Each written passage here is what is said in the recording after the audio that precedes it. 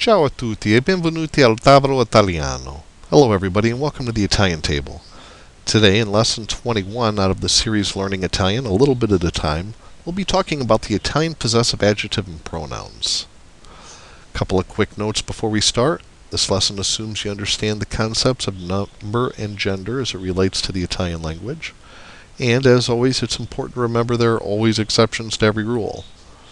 Two quick things to note about the Italian personal possessive adjective is they are preceded by a definite article that agrees with the noun in gender and number, except when referring to family. That is the noun that they are possessing.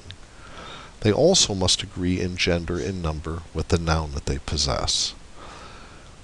To make possessive adjectives into possessive pronouns, you simply omit the noun. Of course, you need the proper context in your conversation to use them as a pronoun, or your listener may lack any meaningful understanding of what you are referring to. Here's a simple table that shows the Italian possessive adjectives and or pronouns.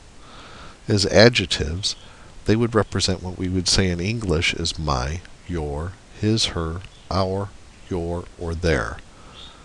As pronouns, they would take the place of the English mine, yours, hers, ours, yours, and theirs. The Italian singular masculine version of this, as you go down the list, is il mio, il tuo, il suo, il nostro, il vostro, il loro. The Italian singular feminine is la mia, la tua, la sua, la nostra, la vostra, la loro. You'll notice that the definite articles stay singular even though they go into the plural persons. For instance, il nostro, which is ours, or our. There's more than one person, but it's still il.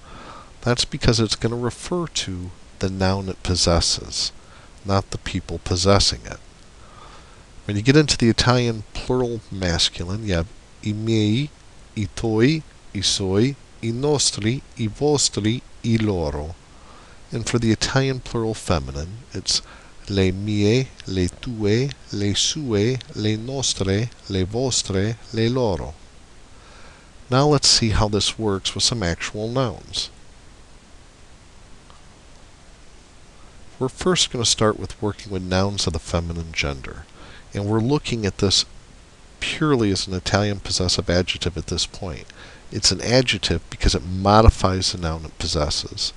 We're going to start with the word mela, meaning apple, and la mia mela would be my apple. We use la mia because mela is feminine and singular. La is the correct article for it, and mia is the feminine singular of my. La mia mela, la tua mela, la sua mela, la nostra mela, our apple, la vostra mela, la loro mela. Now what happens if we make apple plural? Mele. Then we have to change the definite article, and we also have to change the word for my, both to agree with feminine plural. So we have le mie mele, my apples, le tue mele, your apples, le sue mele, le nostre mele, le vostre mele, le loro mele, their apples. Let's take a noun in the masculine gender. Giocattolo, toy. Once again, the definite article and the word for my, or your, or his, hers, depending where you're at in the list, have to agree with masculine, singular in this case. So we have il mio giocattolo, il tuo giocattolo, il suo giocattolo, il nostro giocattolo, il vostro giocattolo, il loro giocattolo. Now if we take giocattolo and make it plural, giocattoli, then we have to change the definite article and the word for my in the first person. I miei giocattoli, I tuoi giocattoli, I suoi giocattoli, I nostri giocattoli, I vostri giocattoli, I loro giocattoli. As you've seen in all of these examples, and as I said before, and it is important to remember, the definite article and the word refers to what is possessed, not to who's possessing it. In other words, the il doesn't go to e just because more than one person possesses it if it's a single item. However, it does go to e even if it's only one person possessing it if it's more than one item. Now, we had mentioned that you don't use the definite articles when the nouns you're possessing represent immediate family. So let's look at one masculine and one feminine. Padre, which means, of course, father. You would say mio padre, my father, and not il mio padre. You would say tuo padre, not il tuo padre. And so forth and so on. It goes down the list. Suo padre, nostro padre, vostro padre, loro padre.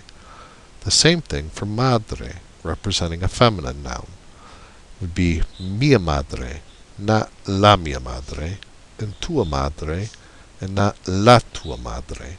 And on down the list. Sua madre, nostra madre, vostra madre, loro madre. And finally, what if you want to use it as a pronoun instead of an adjective? Well, simply, what are each of those? An adjective modifies a noun. For instance, il mio vino, you're modifying the noun vino, or wine. Instead of just wine, it's my wine. If you use it as a pronoun, then it takes the place of the noun. So for instance, if someone said, "E questo è il tuo vino?" you could say, "Sì, è il mio vino." Yes, it is my wine. Or you could simply say, "Sì, è il mio." It is mine. We thank you very much for visiting. We hope that this lesson was helpful to you. And remember, there's more information at www.iltabloitaliano.com, where learning is always free. Once again, that's www.iltabloitaliano.com, where learning is always free.